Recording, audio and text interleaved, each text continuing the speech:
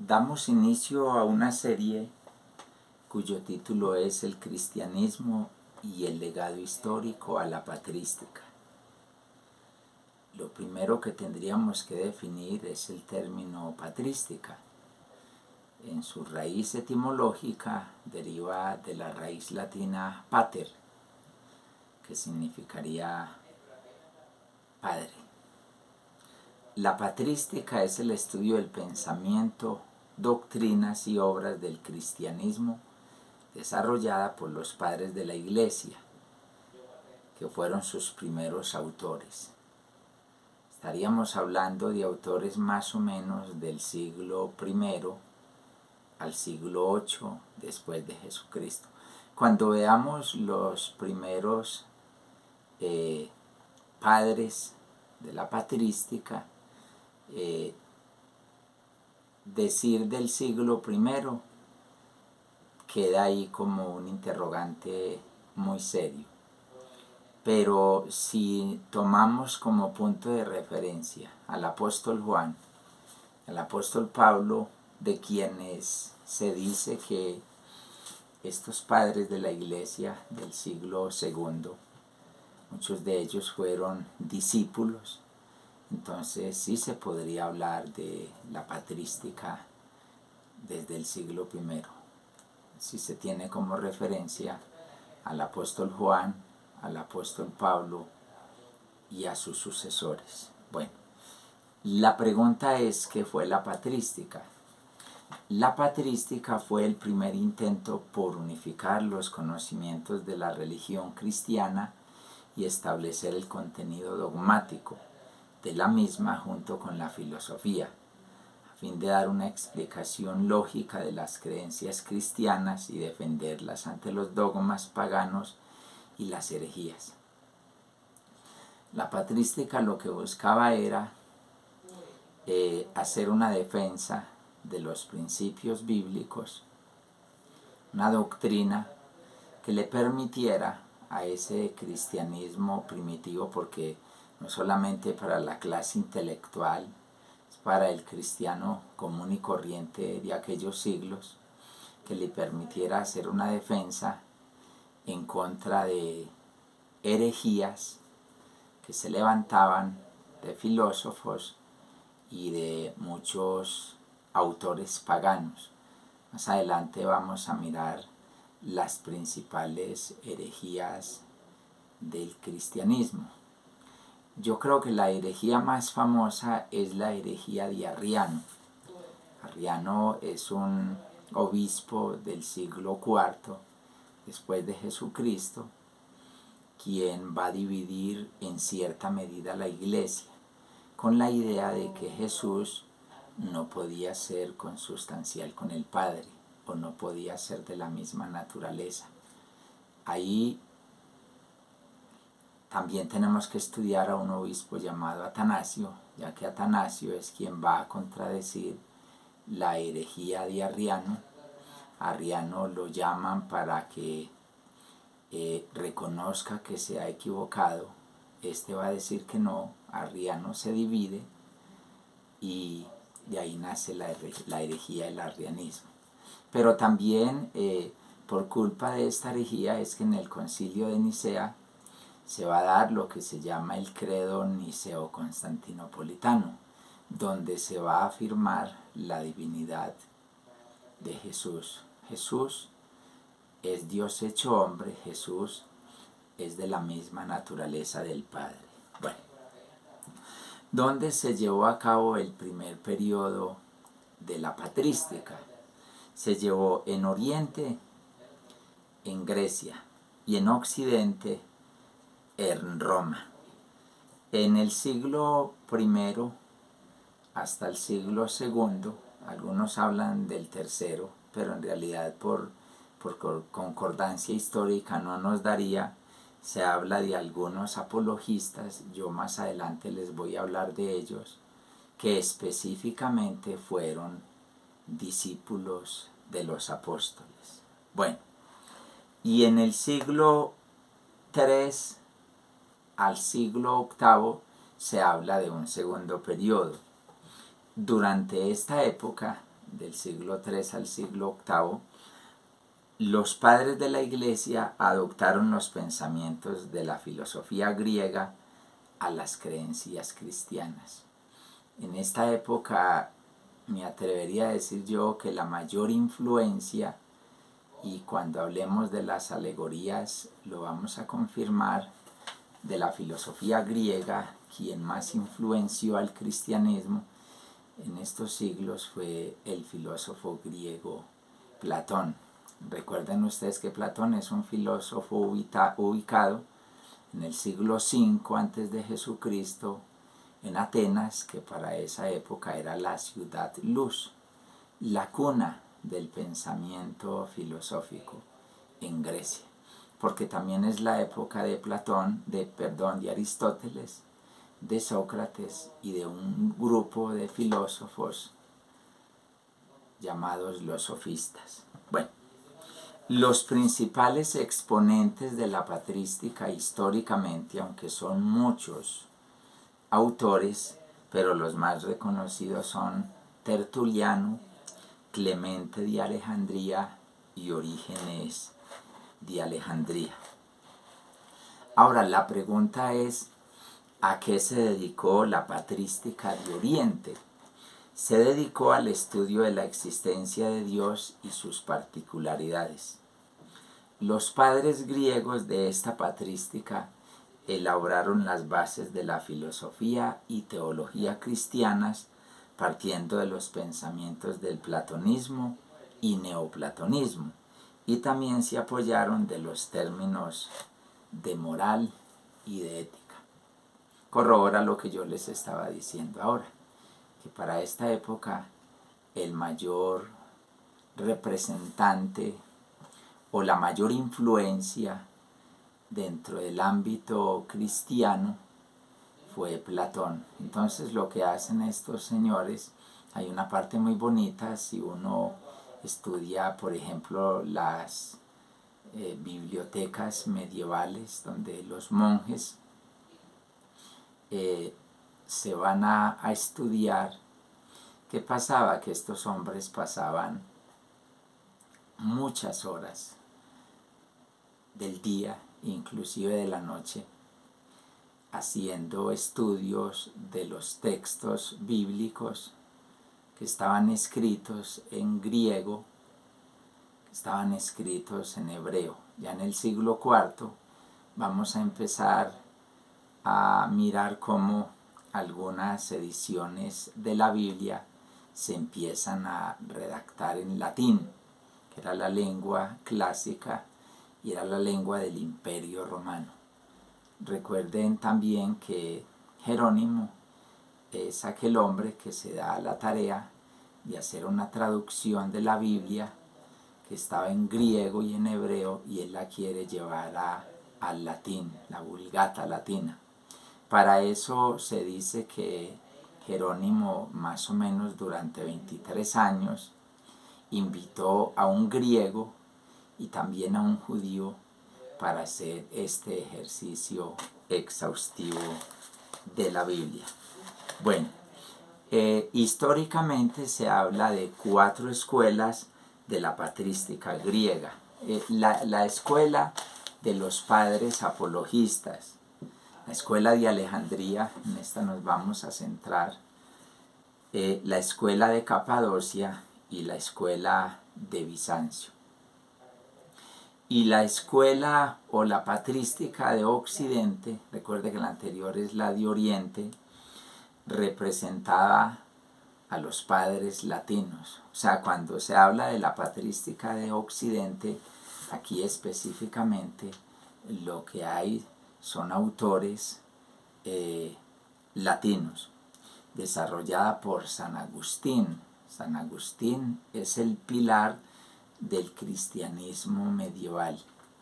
Con San Agustín, que es un hombre que nace en el año 354, muere en el 430, empieza toda la filosofía cristiana en el medioevo.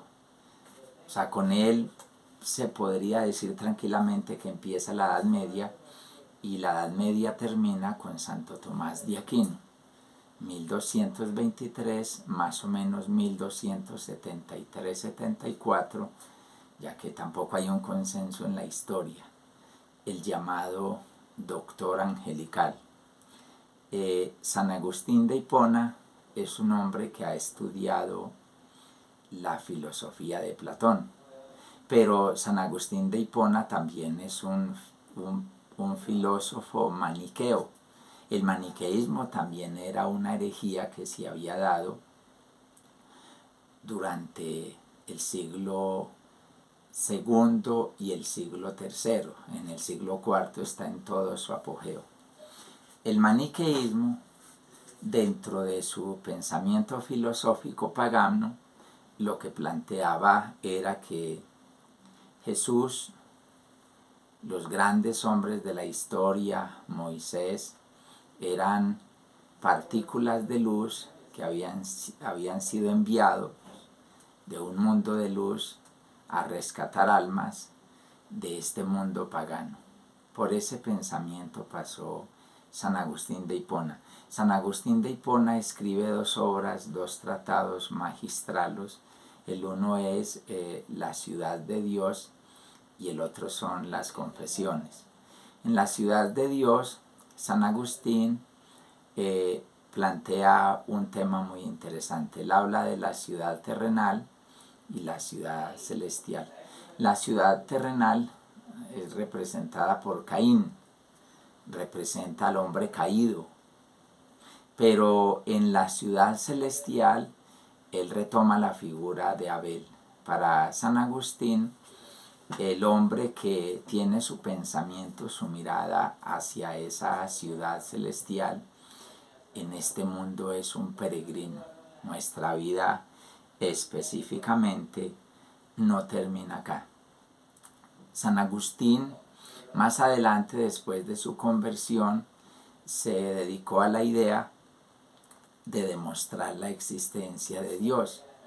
Hay pensamientos en San Agustín como los siguientes: no vayas fuera, vuélvete a ti mismo, en el interior del hombre está la verdad, en el interior del hombre está Dios. Nos hiciste, Señor, para ti, y nuestro corazón estará en paz hasta que repose en ti, o hasta que descanse en ti, dirá San Agustín de Hipona.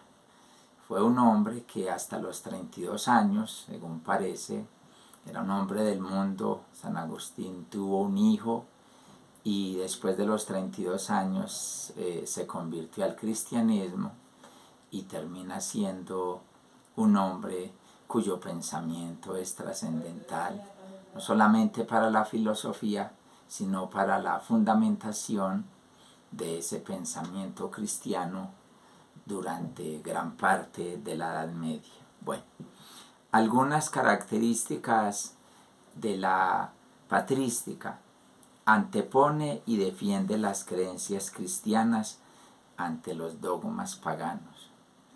Lo esencial de la patrística era hacer una defensa de la Biblia en contra de todas estas herejías que más adelante podemos ampliar, de las que ya hemos hablado y las que faltan por hablar. Bueno, también la patrística unifica los pensamientos filosóficos griegos con las creencias cristianas. Se fundamenta en la filosofía para explicar de manera racional la fe cristiana. Se considera a Dios como un ser espiritual y no material.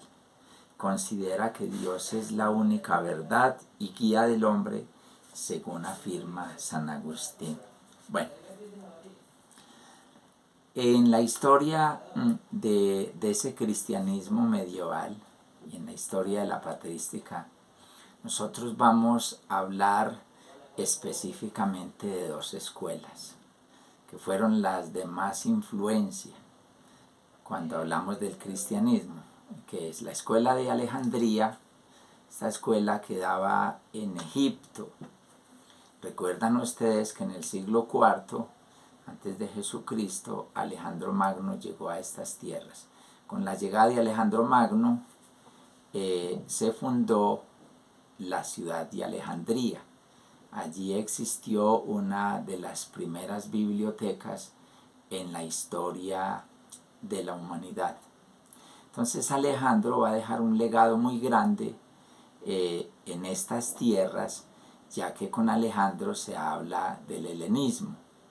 El helenismo es la imposición filosófica, cultural, es una imposición lingüística y de todo lo que era esa riqueza griega en todos estos pueblos a los cuales Alejandro Magno llegó. Entonces en Alejandría, cuando uno hace un estudio sobre la Septuaginta, que es la Biblia de los 72 ancianos, que se dan a la tarea de escribir una Biblia en griego para los habitantes de aquella región, ya que aunque eran judíos, se había perdido su lengua. Entonces la Septuaginta es un estudio, un escrito del Antiguo Testamento en griego para los habitantes de aquella tierra. Y la otra escuela es la escuela de Antioquía. Esa escuela estaba ubicada específicamente en Siria. En la medida en que vamos viendo los temas, yo les voy a explicar en qué se diferenciaron y cuál es la importancia de las dos escuelas. Se cree que en la escuela de Antioquía era una escuela más fiel, ya que sus enseñanzas eran literales al legado de los apóstoles. Bueno, empecemos con la escuela de Alejandría. La escuela teológica de Alejandría está ligada a los nombres de Panteno, Clemente y Orígenes.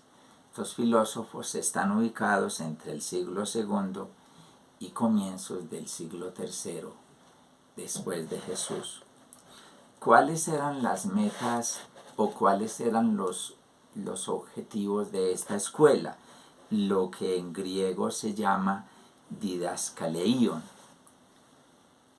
Bueno, les aclaro dos cositas. La palabra maestro viene de la raíz griega didáskalos y la palabra discípulo viene del griego matetes. Era una época en la cual al maestro se le reverenciaba y se le daba una importancia demasiado grande. Entonces, dentro de las metas era enfrentarse con el predominio cultural que el gnosticismo, bastante difundido en Alejandría y que había seducido a los cristianos cultos de esta ciudad. También hay que hacer aquí un pequeño paréntesis para poder continuar, y es el siguiente. Cuando uno lee la carta del apóstol Juan, la primera, la segunda, las tres cartas mejor de Juan, Juan escribe contra los gnósticos. Históricamente se dice que algunos cristianos se habían dejado seducir por estas ideas del gnosticismo, literalmente se habían introducido en la iglesia. El gnosticismo también era una herejía. El gnosticismo lo que consideraba era que para una persona alcanzar la salvación, esa persona tenía que buscar un conocimiento pleno. El conocimiento era como la luz, como la vía para alcanzar esa salvación. Más adelante vamos a ampliar también estas teorías gnósticas. Y también otro de los objetivos de esta escuela se trataba de una gnosis ortodoxa, pero culturalmente abierta. O sea, la escuela de Alejandría, cuando yo hablo de gnosis, es de un conocimiento ortodoxo, un conocimiento recto, bien trazado, pero que no se negaba a la discusión, al conocimiento de los otros grupos o de las otras herejías ¿Qué pasaba? Que para los seguidores de la escuela de Alejandría las ideas estaban muy claras. Bueno, hago un paréntesis aquí que me parece muy interesante. ¿Por qué el cristiano debe conocer esto? Estamos hablando de escuelas y uno podría decir, a mí, ¿para qué me interesan las escuelas? En el siglo I, después de Jesús, cuando uno hace un estudio sobre el contexto greco-romano, ya no es tan importante la discusión sobre el pensamiento de los primeros filósofos, que eran llamados los sofistas, cuya intención o finalidad era entender el arjé de la physis, el principio, el fundamento y la finalidad de la naturaleza. Y aunque es la época en la cual se está estudiando probablemente a Aristóteles, a Platón, el pensamiento de Sócrates y de los sofistas, porque los sofistas han dejado un legado muy interesante para la educación en Occidente. Los sofistas eran aquellos hombres que cobraban por educar, han sido considerados los primeros pedagogos en la historia de la humanidad. Los sofistas lo que hacían era darle al discípulo textos demasiado extensos de memoria para que fuesen recitados delante de ellos. También los sofistas lo que hacían era educar a los hombres de las clases más privilegiadas de Atenas con la firme intención de que estas personas fueran las que asumieran el control político del Estado. Después de que pasan los sofistas, esa filosofía clásica, empezaron a surgir escuelas de filosofía. En el siglo I son más importantes las escuelas de filosofía, los estoicos, los epicúreos, los cínicos, que la misma filosofía clásica, que los mismos autores.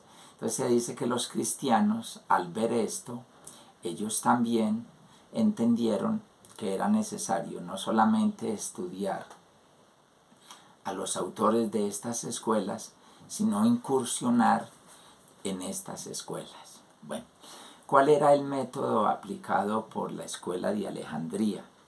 Utilizaban un método racional, filosófico, aplicado a la doctrina revelada. Pero también, y esta parte la tenemos que desglosar más adelante, ellos utilizaban la alegoría. Literalmente, ¿qué es una alegoría? Se define como una metáfora extendida.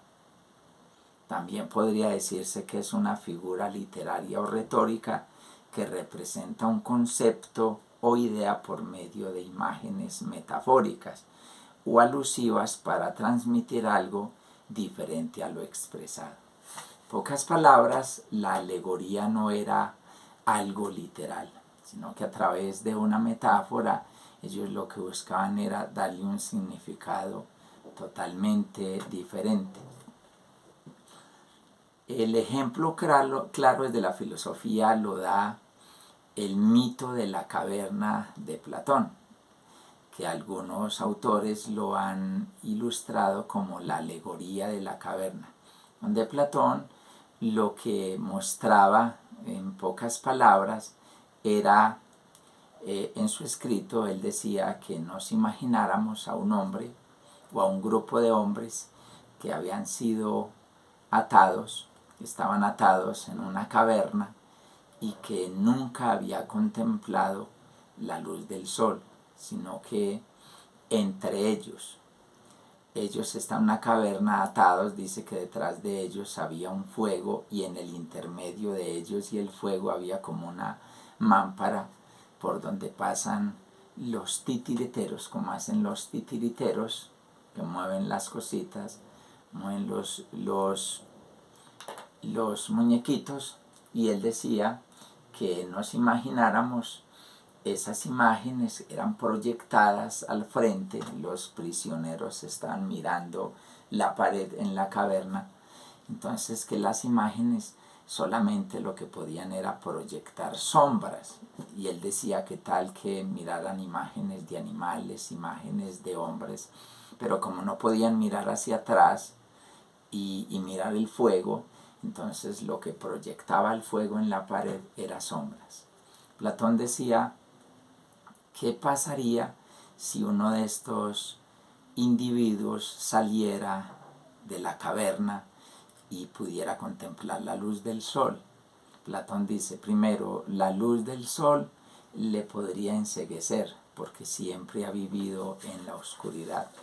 Segundo, si él decide regresar a la caverna, tendría dos opciones. Una, decirle a los que han vivido entre sombras, que están equivocados, que ese mundo no es real, que el mundo real está fuera de la caverna, o quedarse callado por miedo a que lo tildaran de loco.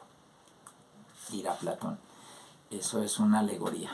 Si nosotros hacemos una interpretación literal de la palabra del Señor, nosotros tendríamos que decir que el conocimiento de la palabra de Dios nos permite entender ese mundo espiritualidad, ese mundo espiritual, lo bello del mundo espiritual, pero también lo complejo.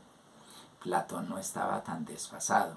La caverna significa ignorancia, el salir de la caverna significa luz. Literalmente para nosotros, el no meditar en la palabra del Señor